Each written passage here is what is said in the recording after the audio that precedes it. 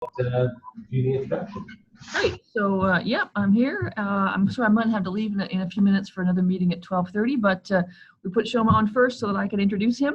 So Shoma Yamanouchi is a PhD student in my group in the Department of Physics at the University of Toronto. He has been here for a few years now, but joined us from McGill, so has a connection to McGill University as well. So Shoma's talk is going to be a little bit different from the usual TEPS seminars in that when I joined TEPS, John and I agreed that we could consider Earth as a planet. And I have done planetary work in the past, but Shoma is working on the atmosphere of the Earth as a planet. So he's going to be talking to you about some of the measurements that he's been doing using infrared spectroscopy as part of our ground-based measurements that we do here. So with that, I'll hand over to Shoma. Okay. Can you guys hear me? Okay. So thanks for that, Kim. Today I'll be talking about estimating. Okay. Should I mute mine or should I? Let's try using this mic. Okay. Yours and I'll unmute this one. Okay.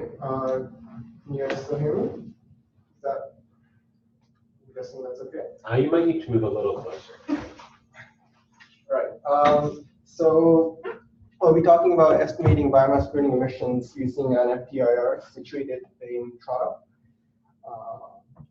So I'll first sort of start by talking about some of the challenges that we face in atmospheric sciences, or at least concerning the atmosphere of our own planet. Some of the things that we're interested in is to understand climate change and variability in climate. So that might include things like the carbon cycle, which is talking about the carbon in the atmosphere as well as in the biosphere and in the oceans, things like that. We might also care about stratospheric ozone depletion, and we might also care about air quality, especially in the troposphere, which is the lowest level of the atmosphere. This is especially true in places like Toronto, where we have a large population. So those are some of the things that we care about in atmospheric sciences.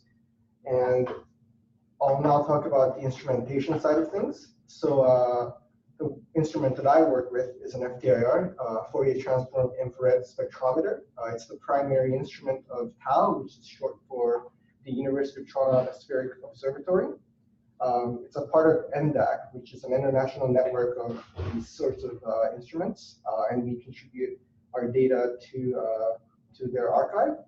And this is a solar pointing instrument, meaning that it looks at the sun, at the solar spectrum, and looks for absorption features. And we infer what the concentrations of trace gases in the atmosphere using that information. And of course, that means we need the sun to operate, so we can only run it during the day, and we also need sunny conditions. So that might lead to a few gaps in the data as well. And you can see a picture of the solar tracker there. So that basically points up the sun, and feeds the sunlight into the spectrometer via a series of mirrors. Okay, this is just a bit more on NDAC. So we have sites all over the world, and of course we contribute our data to this network. And just briefly mentioning how we get the spectra. So we have an interferogram because it's a spectrometer. It's an interferogram basically. We feed that through a Fourier transform algorithm, an FFT algorithm, and we obtain a spectrum. And then we look at the fit of, we fit a spectral line and look for absorption features in that. So now moving on to talk about some of the scientific objectives of my research and at TAO in general. One of the things that I'll be talking about today is looking at biomass burning emissions and quantifying the emission factors. And I'll explain what emission factors are more explicitly in the coming slides.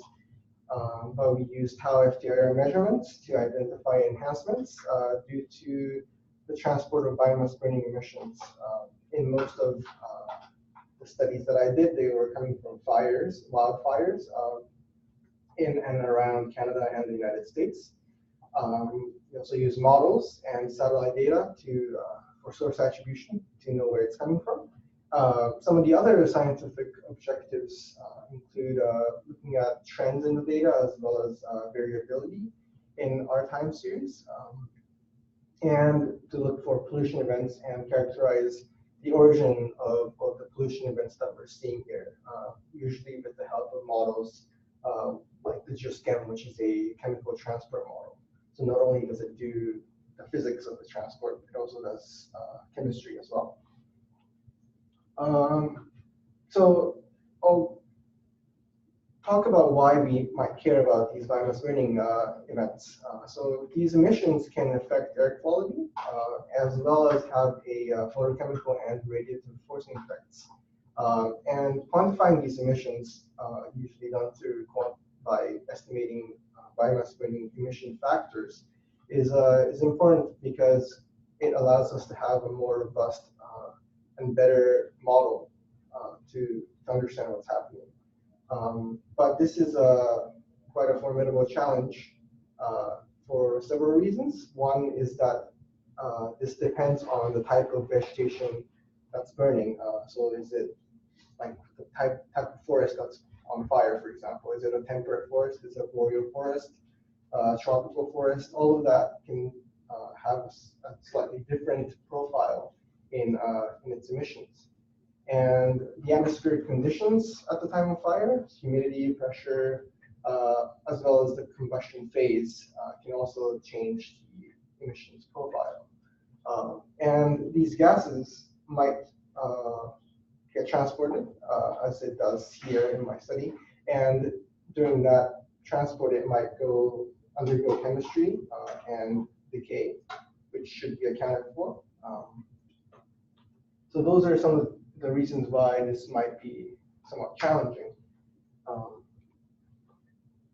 Now, talking about how we identify these biomass burning events, we usually look for several species that are emitted. CO, HCN, hydrogen cyanide, and ethane, C2H6, are good tracers to look for when we want to identify biomass burning events because they have long lifetimes, especially in comparison to other species like formic acid and formaldehyde that are also emitted, but they have much shorter lifetimes. So by the time we see it a few days later, maybe, it might be too scarce.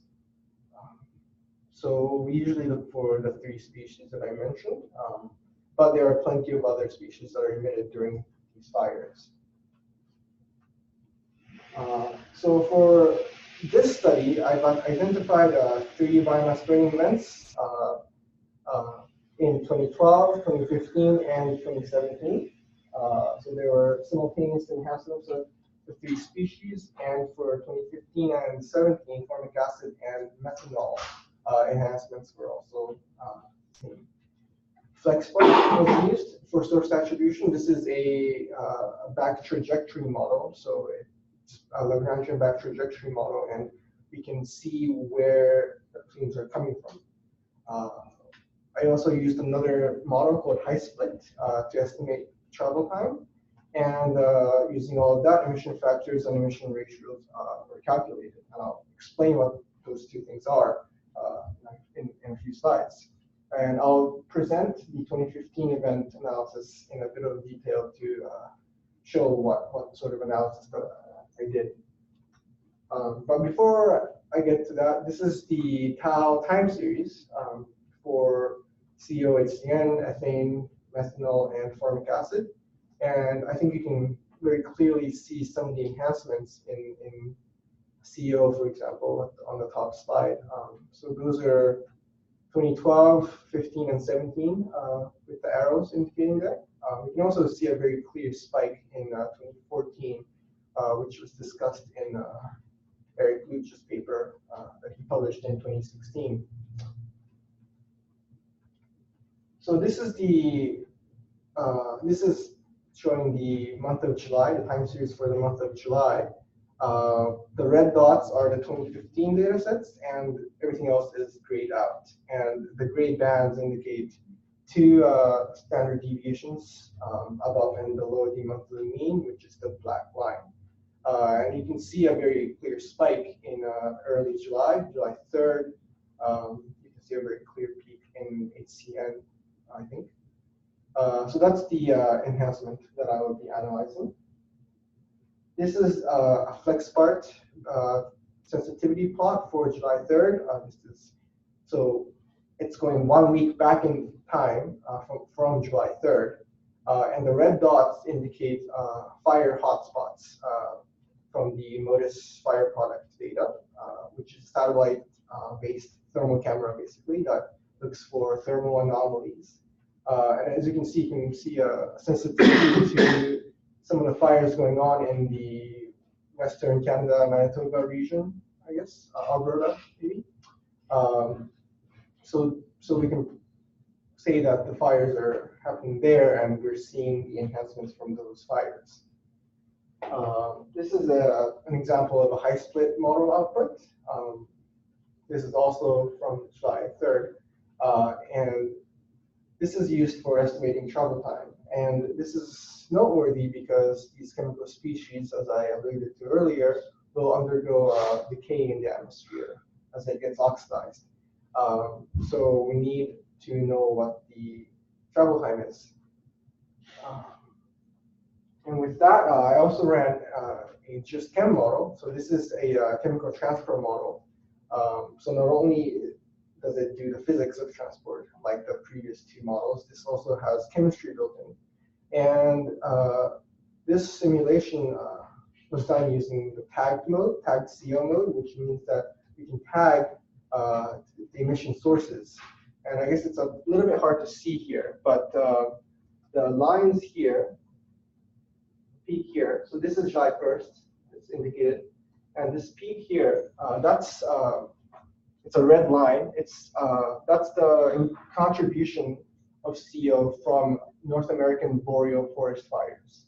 So we can definitely say that we're seeing an enhancement from CO from North American boreal forest fires, which agrees with what we saw earlier. And this is a short movie showing the surface CO. So again, this is surface, so it's at the lowest level of the model.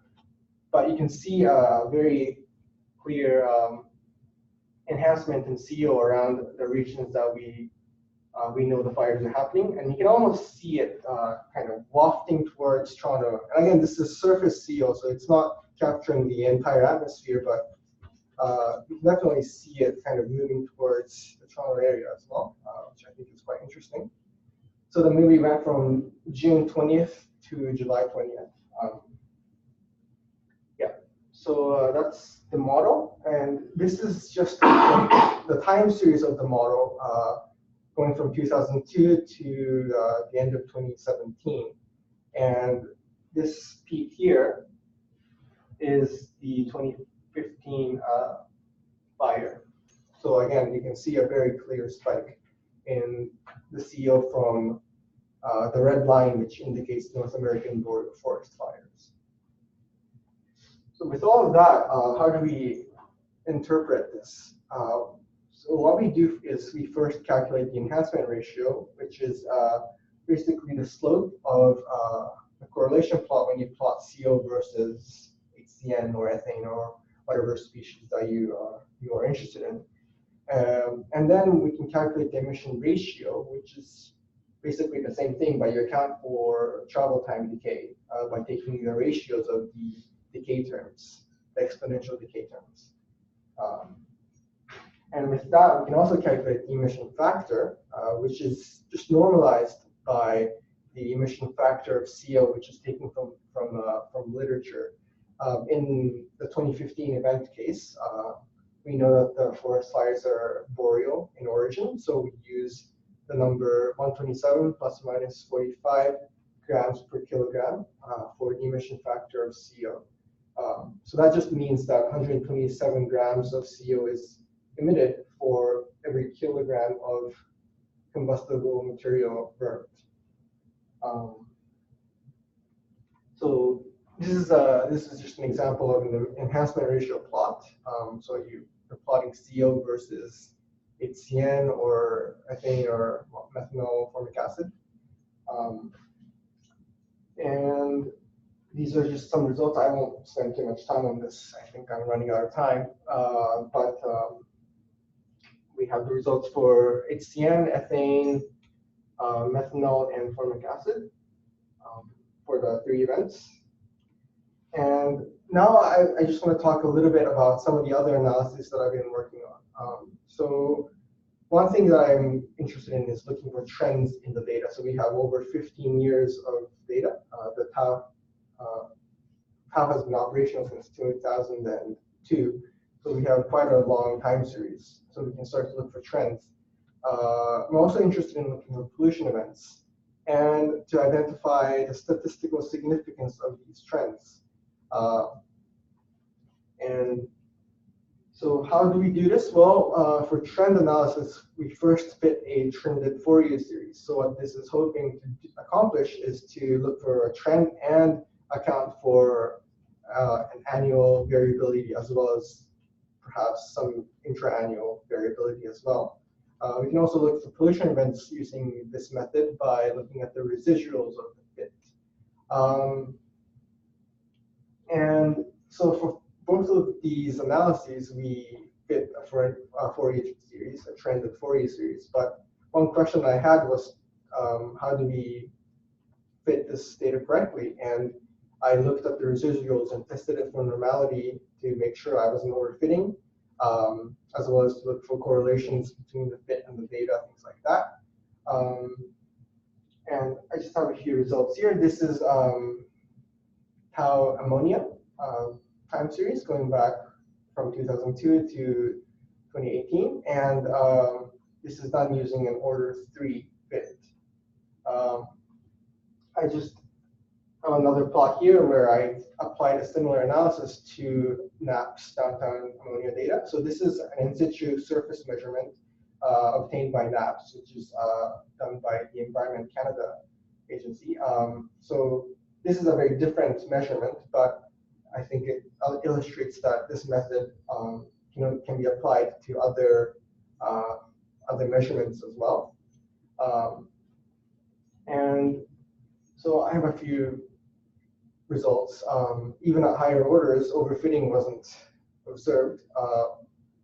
And even though that's the case, I've also found that higher order fits weren't very useful because they didn't change the number of years needed for trend detection. So that's the number of years of measurements needed for the trend that we're seeing to be statistically significant. It didn't really change that, which is what I was hoping for. But it did lead to marginally better correlation and slightly lower RMS in the residuals. And again, those are 2 sigma statistical significance, the number of years.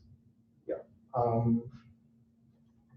And so, yeah, I'm going over time, but just to summarize, there's over 15 years of data collected at TAO, and this was analyzed for biomass burning events, as well as a brief discussion on the examination of trends and pollution events. Here, emission factors of the 3 biomass burning events were calculated. And again, this was done using the measurements as well as a FlexPart model in conjunction with Modus Fire hotspot product. And just chem tagged CO simulation was used to supplement the FDR observations.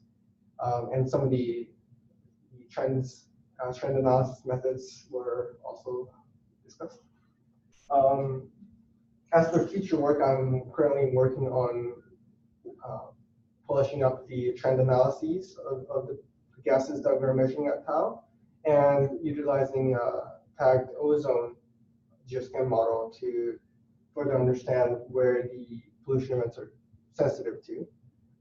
And I'm also currently running a tagged methane geochem simulation to better understand the trends in methane that we're seeing in Toronto. And I'm also currently a part of AmonAQ, which is a project in collaboration with Batmos in Paris, looking at the urban air quality, focusing on ammonia and particulate matter, using Toronto and Paris as sort of a benchmark cities. Yeah, that's about it. Thank you.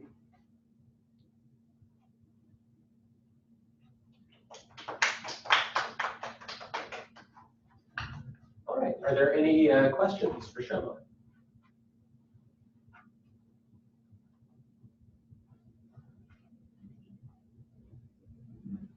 All right, well, given that I think the time is short for this particular meeting, we should probably move along to our next presenter.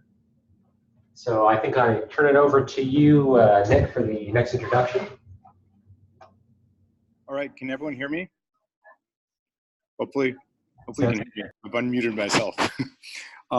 So today it's my pleasure to introduce Dylan Keating, who's a PhD student in my group here at McGill.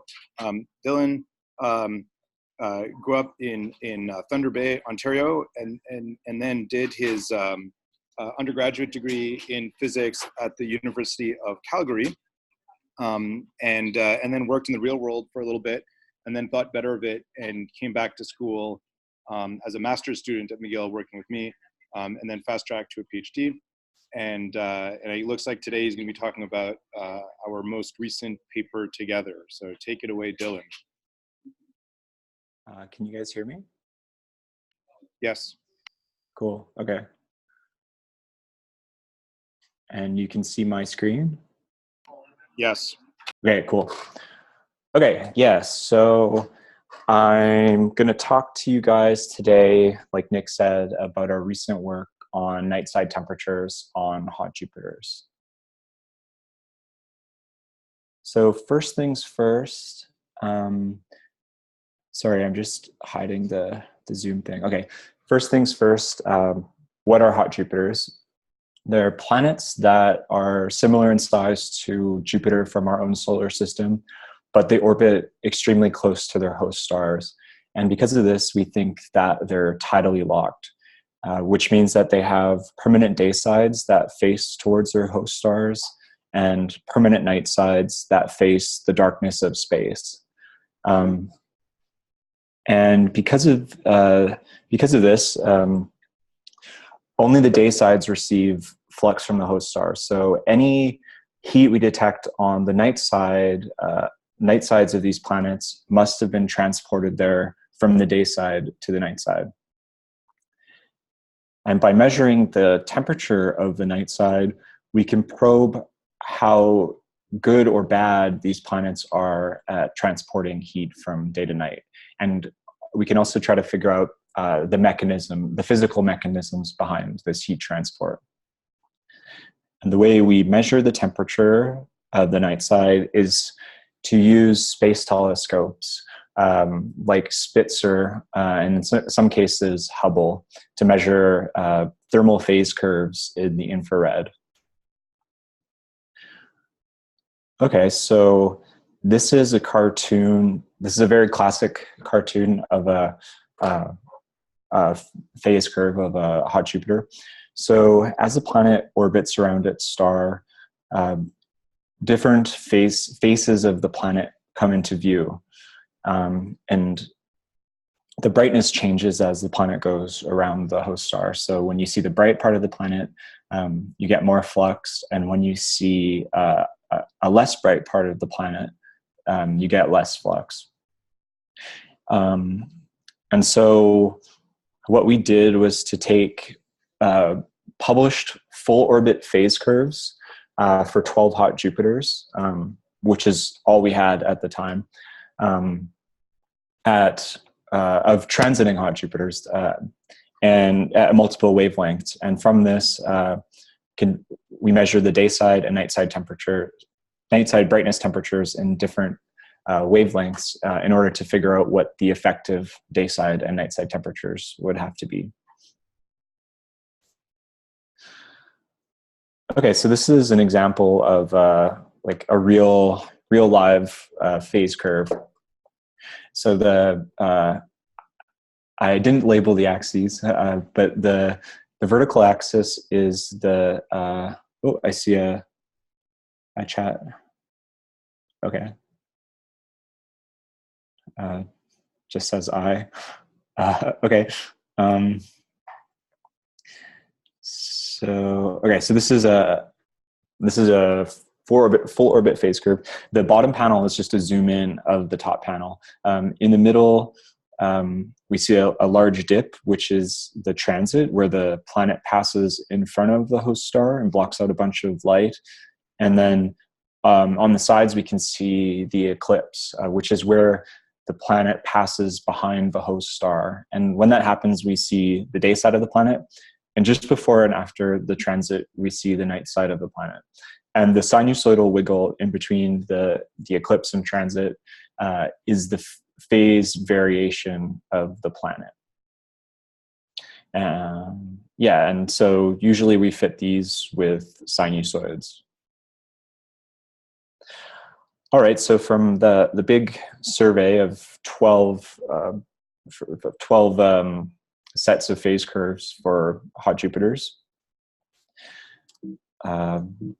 this is what we get. This is a plot of the effective day-side temperature versus the irradiation temperature for all the planets in our survey. And so the horizontal axis is irradiation temperature, which basically corresponds to the amount of flux each planet receives. So this graph is cool, but it's not super interesting, and it's kind of what we'd expect. Basically, planets that receive more stellar flux have hotter day-side temperatures than planets that receive less flux. And notice that the difference between the coldest and hottest planets varies by over 2000 Kelvin.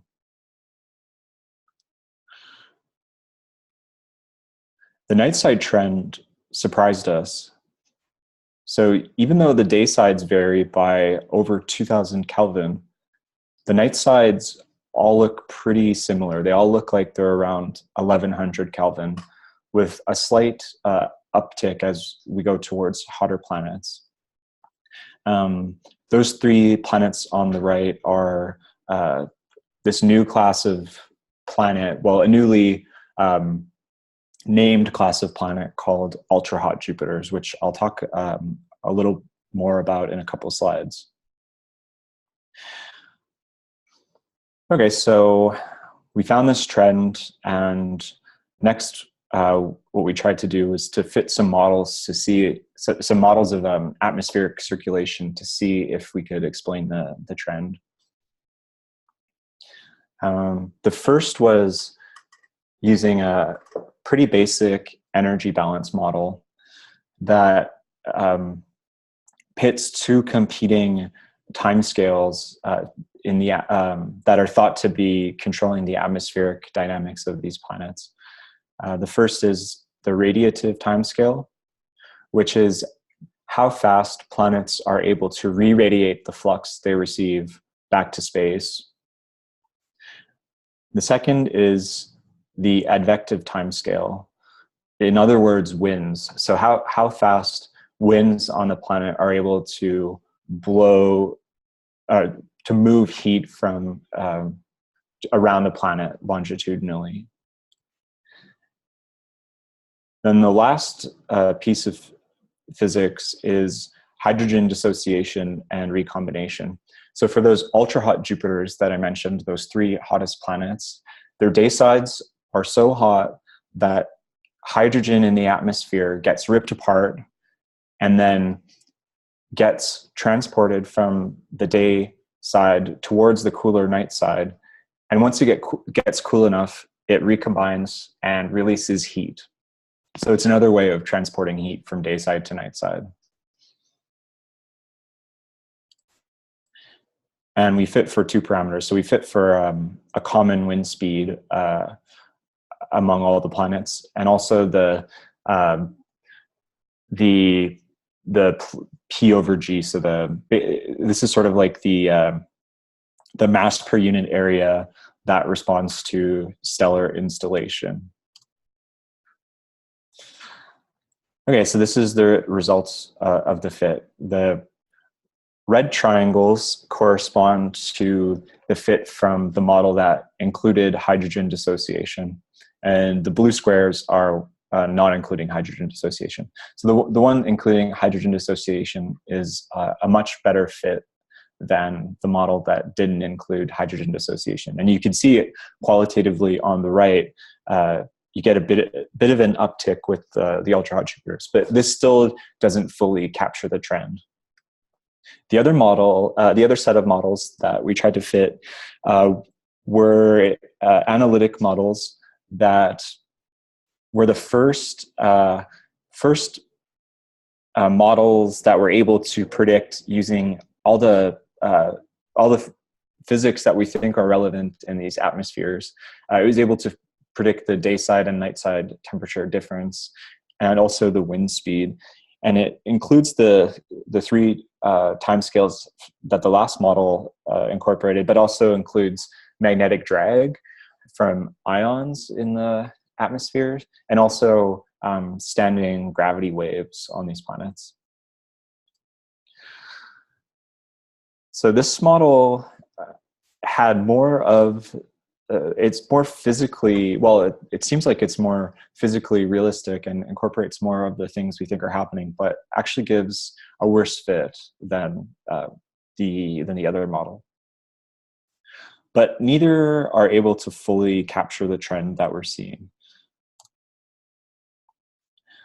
So the energy balance model is a better fit, but we don't expect it to be correct because we don't think all the planets have the exact same wind speed. This brings me to clouds. So people that study clouds on hot Jupiters predict that the night sides should all be covered in clouds, or at least the night side should all have significant amounts of clouds, maybe not fully covered. But the physics, the cloud formation physics is extremely complicated. The type of clouds you get depend on the microphysics that you include, the cloud particle size, many different things. But the fact that we're seeing, but it also depends on the temperature and pressure that you see. That sets the type of clouds that are possible. The fact that we're seeing a uniform temperature for at least the cooler, the non-ultra hot Jupiters, suggests that we're seeing a very similar cloud species on all these planets. And these clouds would condense at a temperature just over that 1100 Kelvin that we saw on the night side, and then emit at that temperature, and would sort of blanket the underlying dynamics from the physical, from the heat transport mechanisms that I talked about earlier. Okay, so the type of clouds would be something exotic. So it would be something like manganese sulfide or silicates, which are both possible at the temperatures and the pressures that we think we're probing with the Spitzer measurements.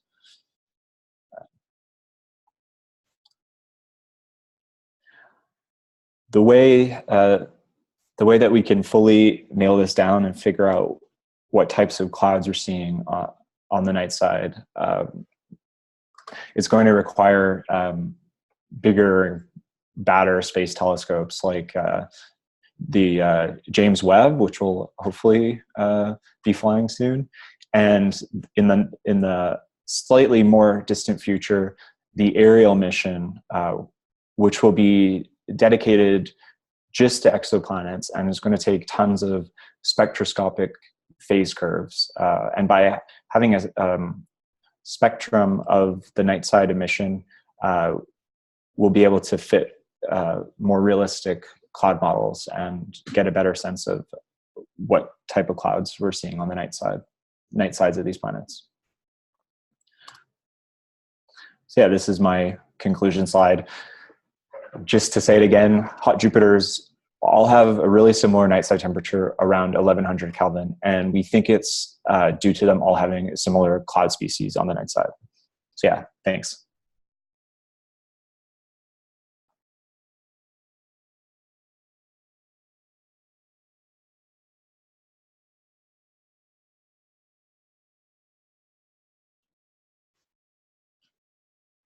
All right, thanks, Dylan. So are there any questions?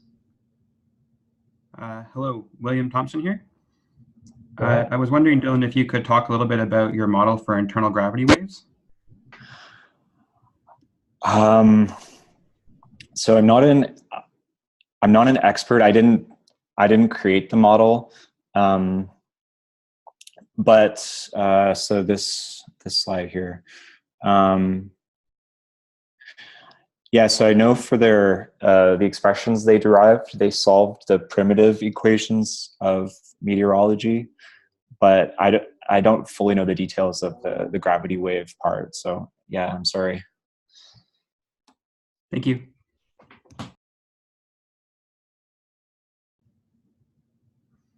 I think we have time for another quick question if there is one.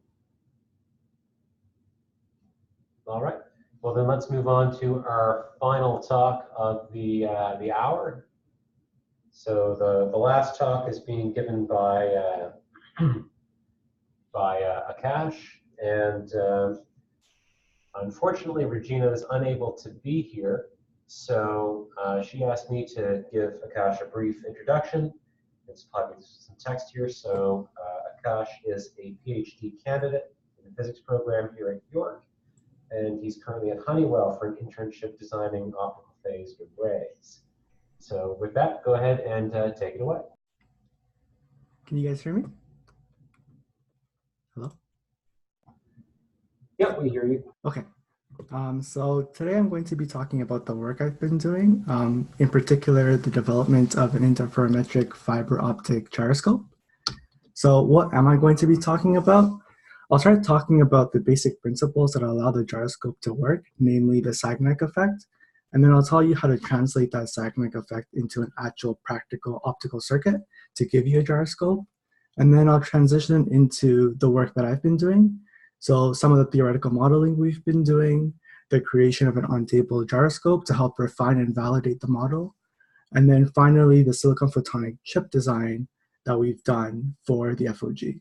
The two pictures you see are the on-table gyroscope on the top and the photonic chip on the bottom. I really want to illustrate that because of the scale difference. That photonic chip is on the order of like 3 millimeters by 2.5 millimeters, which can literally fit on your pinky, which is really cool. And then I'll cap everything off by talking about some of my future work. So before I get into everything, why are gyroscopes important? Well, in the context of TEPS, well, they really do help scientists do their research. For example, precisely pointing a telescope in space to a desired location to get the data that you so need. But on a more general context, gyroscopes are essential for attitude control in various systems, ranging from nanosatellites to automated cars to phones. They're everywhere. But why interferometric fiber optic gyroscopes in particular? There's a bunch of different types of gyroscopes out there. Why this? Well, the first reason is that they're essentially solid state devices. They're bulk optical instruments, which means there's no moving parts, which means that you're going to get a lot more durability out of it's much more durable, and they'll last a lot longer. In addition to that, you have amazing resolution and the possibility for very, very low bias drift, which make them perfect for aerospace and defense applications, like what we care about. So let's transition into the Sagnac effect. So I want you to consider a fiber loop where you have photons injected into them, and then you have one that travels clockwise and the other counterclockwise. They would reach the injection point at the same time. However, in the case where the loop itself is spinning, do they reach the injection point at the same time? No, they don't. And this time arrival difference can be correlated to a phase difference, which is directly proportional to an angular velocity. And this is the Sagnac effect. To actually take that effect and turn it into a gyroscope, let's look at an example. So you have your source, which emits the light. It goes through a fiber polarizer, the role of the fiber polarizer is to polarize the light so that all the light is traveling at the same propagation speed through the fiber. It goes through a coupler again to split the light 50-50. So it goes into the fiber loop. On one end, you introduce a phase modulator. You want the phase modulator because you want to bias the sensitivity curve. So if you look at the transfer function down here, you can see that the intensity profile is proportional to a cosine. So if you take the derivative to look at the sensitivity, you'll see that it's proportional to a sine. And if you're looking at very small phase differences, your sensitivity is going to be close to 0. So you can bias it with a constant pi/2, but what's commonly done in an open loop setup is you bias it with this cosine factor. What this does is it biases the transfer function, but it also provides a very elegant signal processing technique, which I'll go into after. So I wanted to kind of talk about the motivation of the work before I talked about the individual components, so you have an idea of where this is leading to. So the main motivation is to develop an integrated optical circuit on a silicon photonics platform for an interferometric fiber optic gyroscope. That's a mouthful. Don't worry. Hopefully it'll make sense by the end of the presentation. The goal of the theoretical modeling in particular is to predict all of the characteristics of the FOG in a more complete manner using all the noise sources. So version 1.0 of the modeling that we've done assumed white noise for all of the noise sources, but we built a gyroscope based off of that model.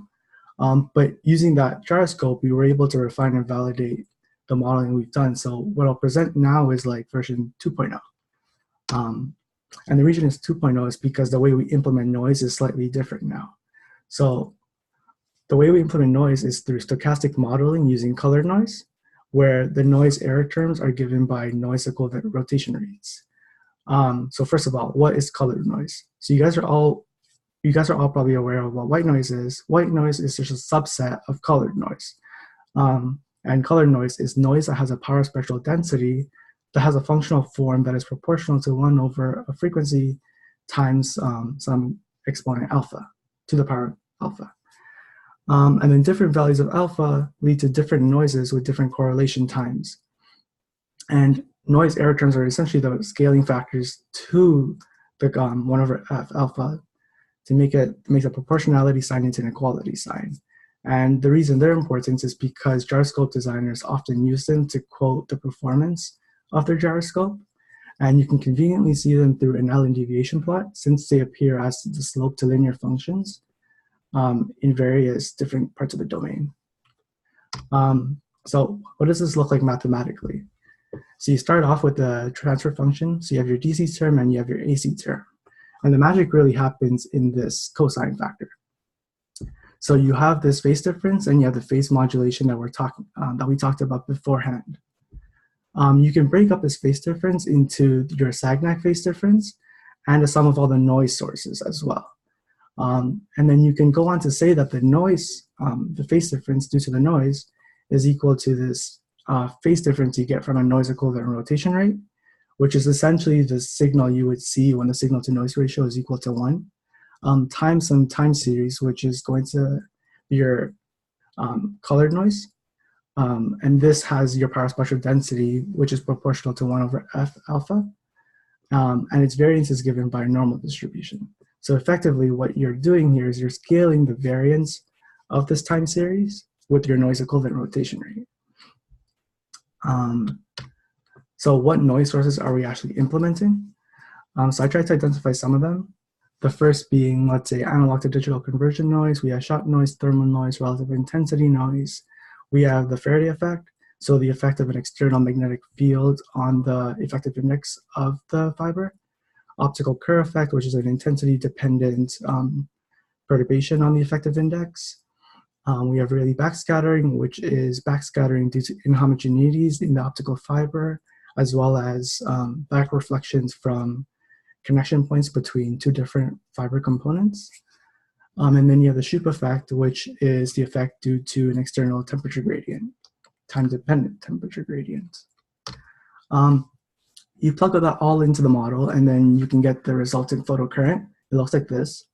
And then the real question is, how do you go from this to an angular velocity measurement? And the answer is that you look at its power spectrum. So if you take a Bessel expansion of the transfer function and you look at its power spectrum, you'll see that all of the signal is contained within these harmonics, which occur at integer multiples of the modulation frequency itself.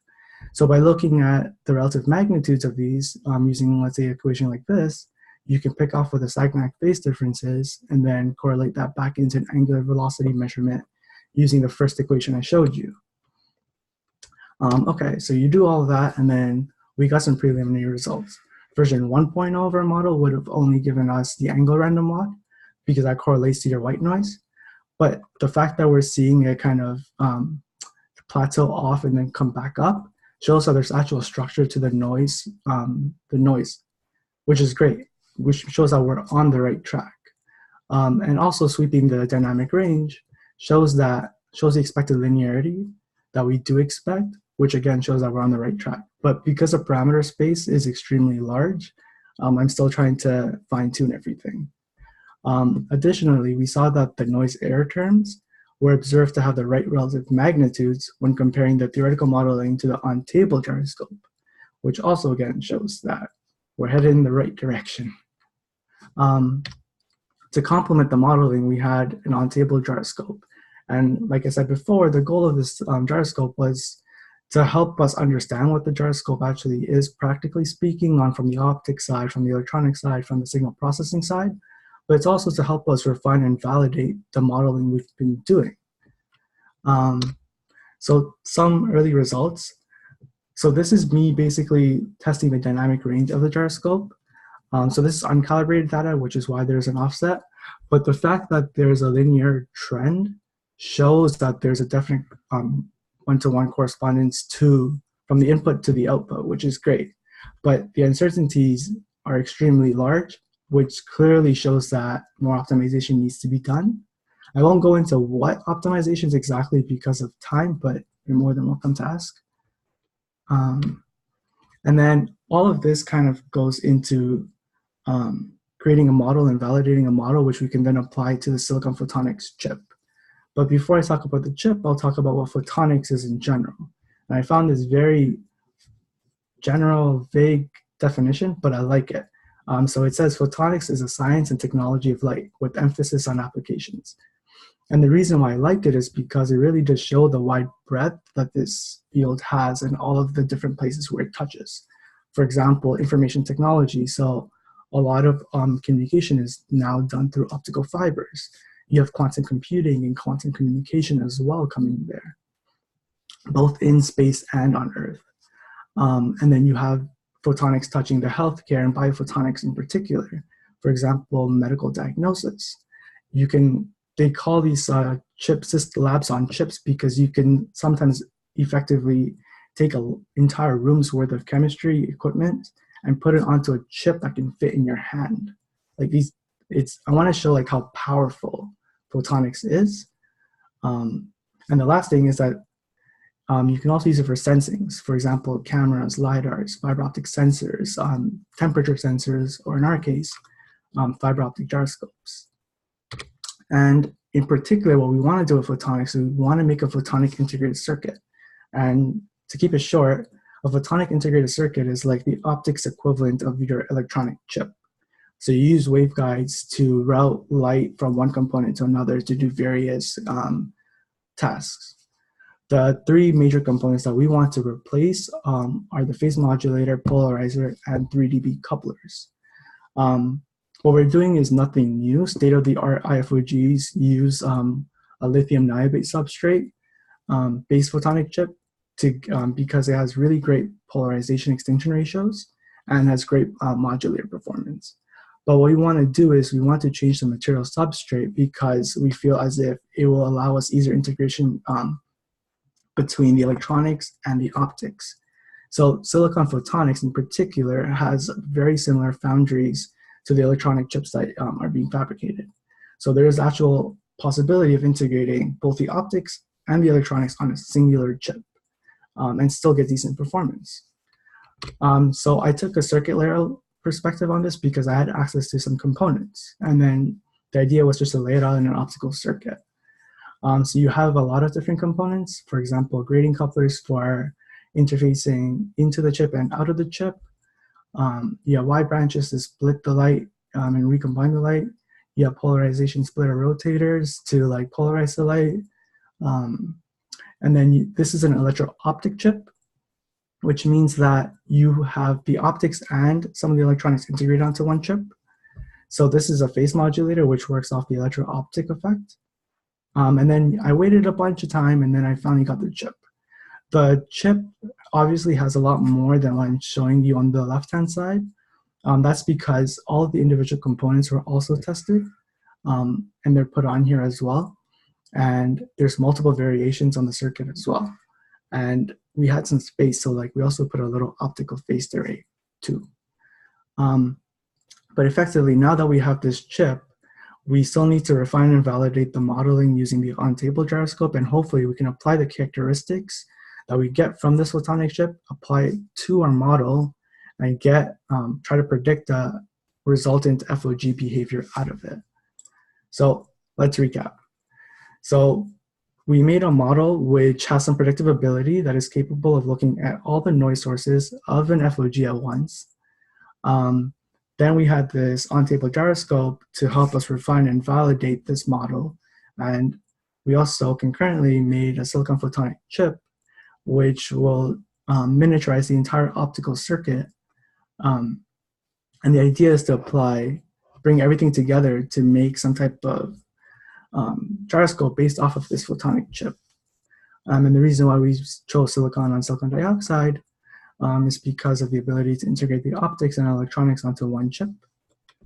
And then what's next? So just more fine tuning of everything and then applying our model to our photonic chip.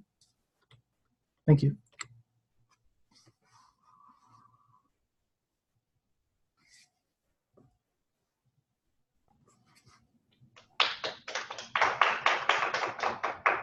All right. Any questions for Akash?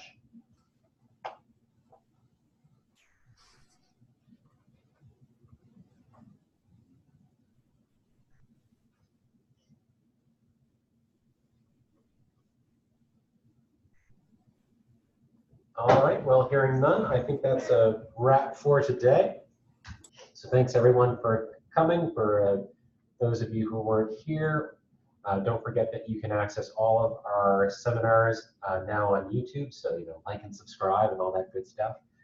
And yeah, we look to see you all again in the next TEPS seminar. So thanks again for coming, and goodbye for now.